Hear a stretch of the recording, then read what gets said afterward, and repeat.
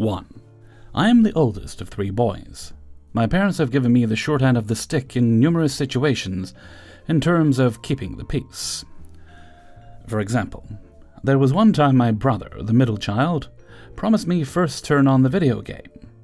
It should be mentioned that video games were the number one thing he and I fought over as kids, such as who goes first. And in this case, he promised me first turn for X number of consecutive weekends, where X is equal to the number of times I would get things from him while we were outside. Eventually, we had reached 6 straight weekends of me going first. Only weekends because usually our parents limited game time to only weekends, not usually on weekdays. What happened the very next morning? He goes up to Dad and asks to go first. I immediately called him out on it and he just went, "But that was just a joke." We argued for a moment before Dad finally says, "Oh, OP, I'm going to overrule that. Your brother will get 20 minutes and then you'll get 20 minutes. Yep, I was promised 6 days of going first, and I didn't get the first day of that.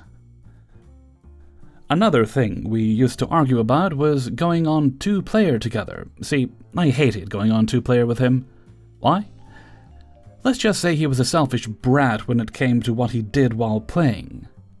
So one day I said that I would go on 2-player with him, and then I tried to take it back the same way he did, as stated above. I tried to say I was joking. You can probably guess where this is going. Mom heard the conversation, and she stepped in and told me, if you said you would, then you have to. Of course, he's allowed to break his promises, but when I try to do the exact same thing, that's not acceptable. No problem. I can think of other ways. When he was in grade 2 or 3, he picked up a habit of swearing. Not sure why. Maybe it was just what was going on, or maybe our cousin taught him it was cool. Our cousin, same age as my brother, was not a great guy as a kid. Either way, I was getting tired of it, so I eventually told him that if he stopped, I would go on 2-player with him. It was not too long after, before we were getting ready for school one morning, when he asked our mum if we could go downstairs and play the video game, something we were never allowed to do, because obviously we had to get ready for school. I asked why both of us were going down, and he very casually says, "We're going on 2-player. I had actually forgotten about my word to him, so I stalled for a moment. In fact, I stalled long enough for our grandmother, who would come over every weekday morning to help out, to ask what was going on. All I told her was, I said if brother would stop swearing, I'd go on 2-player with him. Grandma had this concerned look on her face and looked at him and went, "What do you mean, swearing?" And my brother tried to justify it by saying, "Only when I get really angry." At this point, Mom comes out and asks what's going on. My grandmother tells her, and she looks at my brother as well. They confront him about it, and he gets into a bit of trouble. Later that day, when we come home from school, our mom comes home from work. She continues the confrontation and tells my brother that this worried her all day with the thought that she had a little boy who swears. She then told him a few stories of her friends' kids who were caught swearing and how much trouble they were in. She even told him that I should not have to make those promises to get him to not do wrong things. It was very satisfying. 2. When I was 19, I used to work for this small roadside zoo. Think dirt paths and chicken wire holding back literal monkeys. It happened to be really close to one of the largest and most popular zoos in my country, which made this zoo very quiet. I was hired as front reception and customer service, the first face you see. If I'm anything, I'm bubbly, and they basically hired me on the spot. The owner of the zoo came in one day a few weeks after I started and struck up a conversation. In a roundabout way, found out I'm disabled and seemed very shocked since it's an invisible illness. This was the beginning of the end, I just didn't know it yet. Unfortunately for them, I was incredibly good at my job.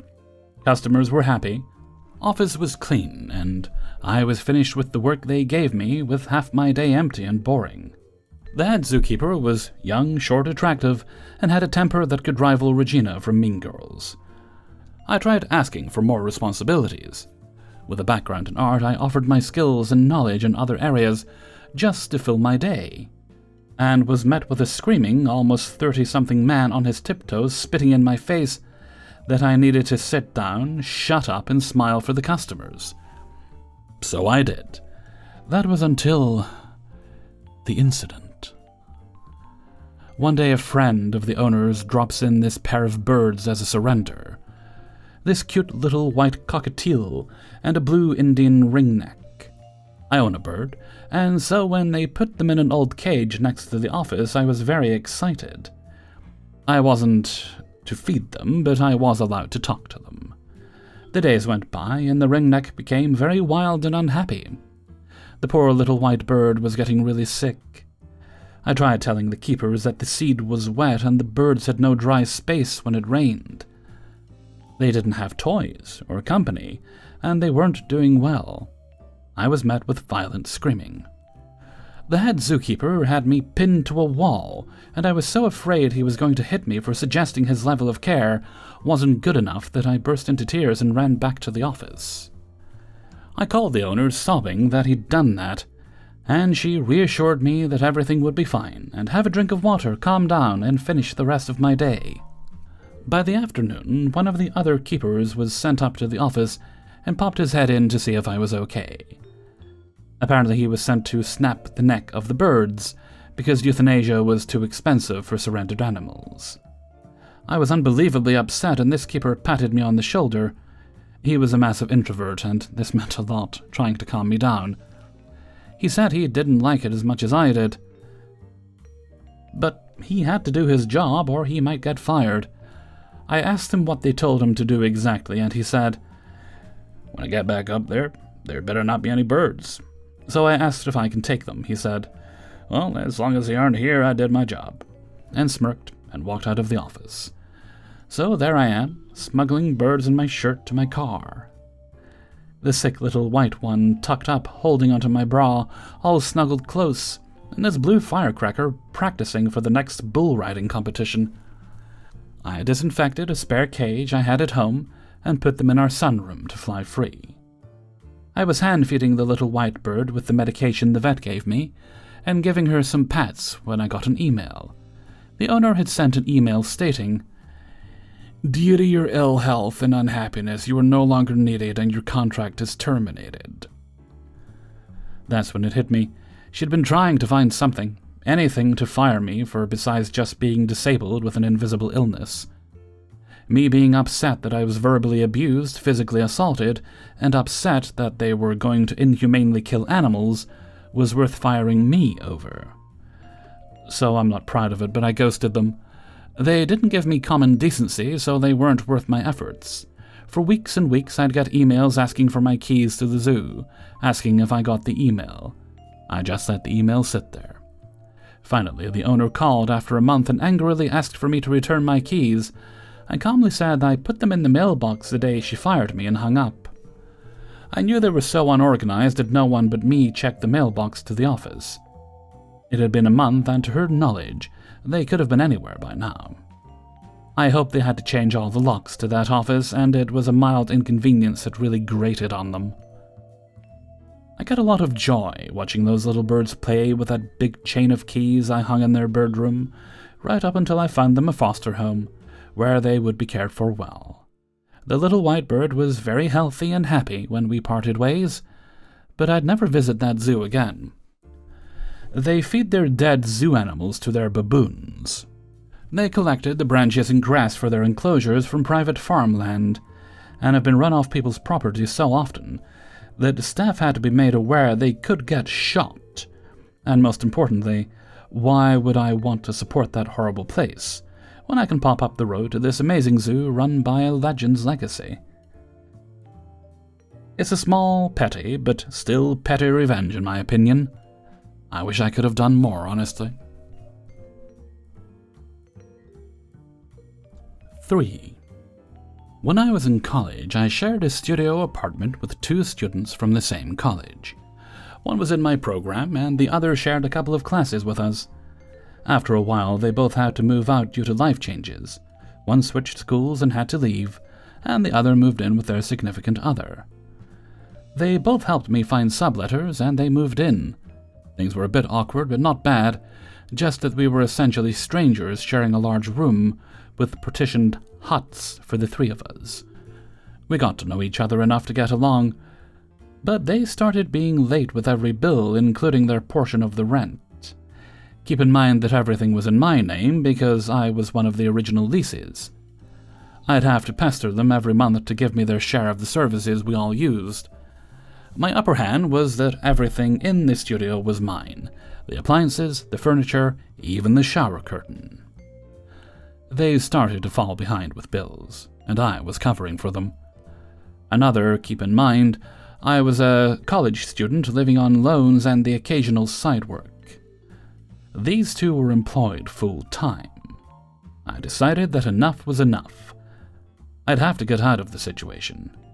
Over the next couple of months, I was able to add their names to the lease, get most of the money for the outstanding bills, and secure another living arrangement. I then told them I was moving out. They were aloof about it until I started moving furniture and appliances out of the studio. They started getting upset about services ending, and I told them to set it up and put it in your name. Then I started getting rid of the essentials. The stove I sold first, then the fridge. I had to remove all their foodstuffs, of course. The one roommate was frothing mad about their newly acquired groceries being left out on the counter, and burst into my hut, yelling and getting too close. I told them I sold the fridge. I don't need it where I'm going. They hollered, "Why didn't you sell it to me?" To which I replied, "I wouldn't sell you that fridge for $1,000 because I don't like you."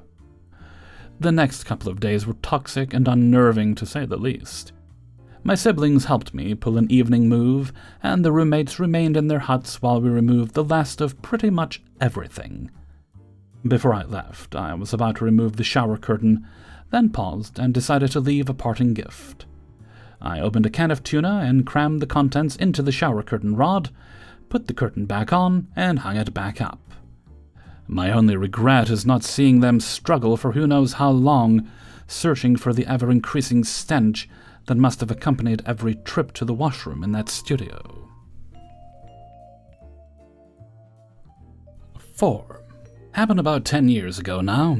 I had been working in catering and hospitality, managing pubs, for about 10 years at that stage.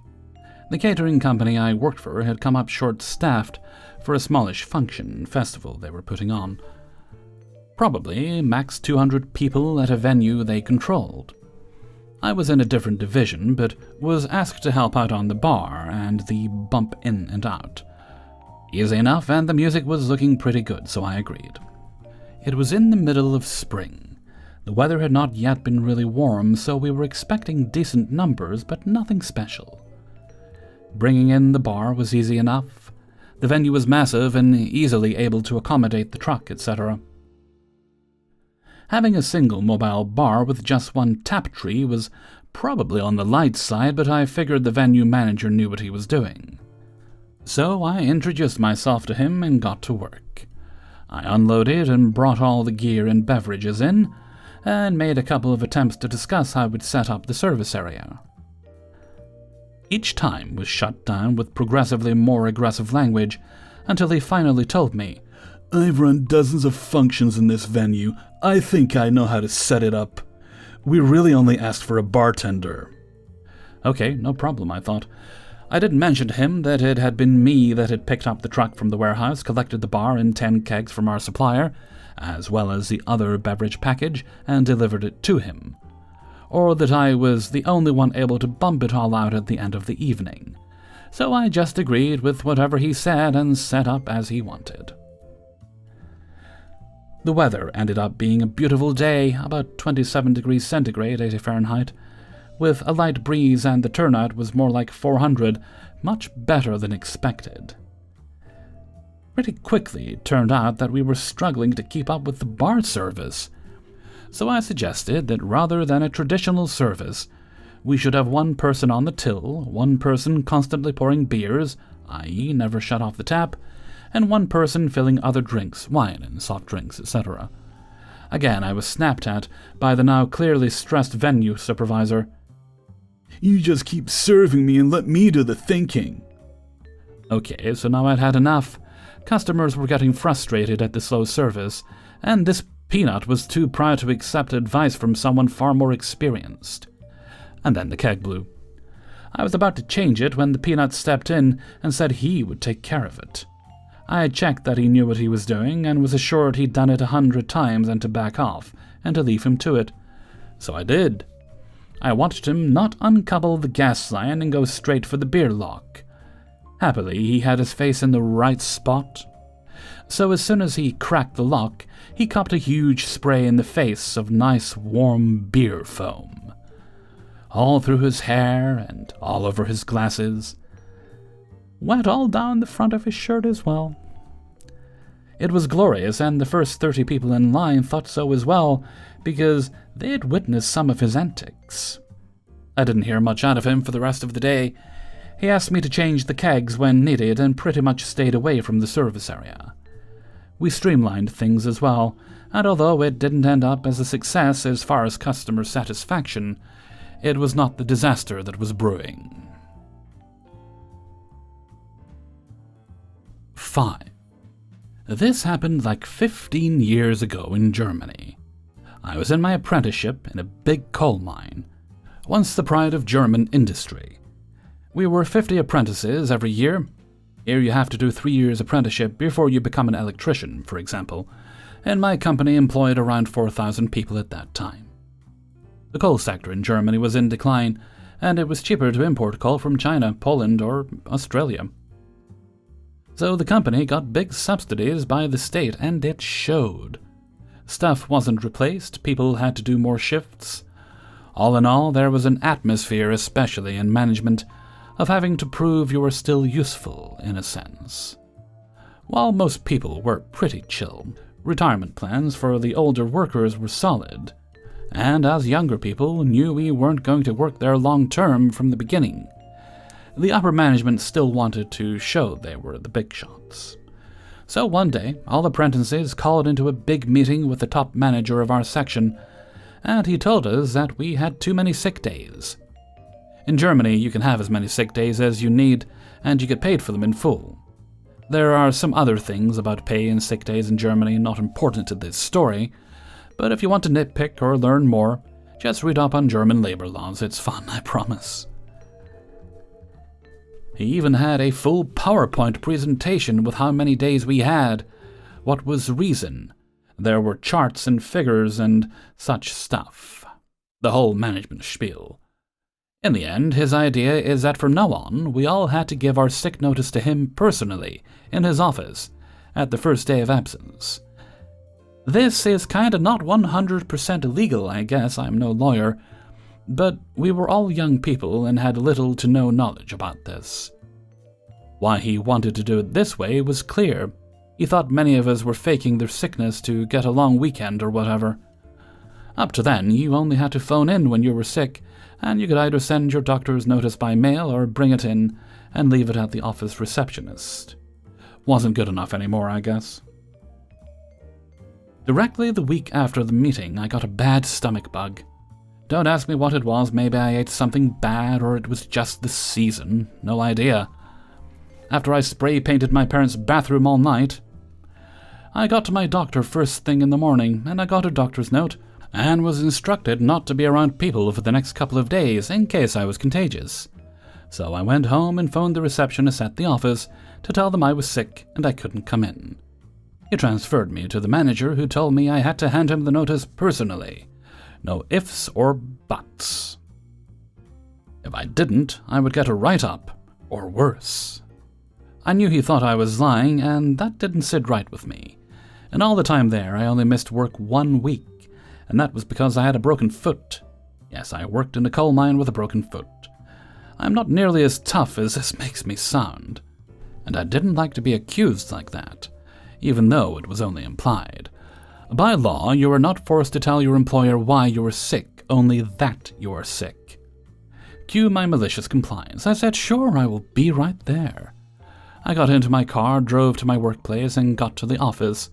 Manager was in a meeting with some higher-ups in the company, and I was instructed to wait, but as he heard I was there, I was invited into the room full of people in expensive suits who looked like they had serious business to do. Or whatever, maybe the cookies were good there, I don't know.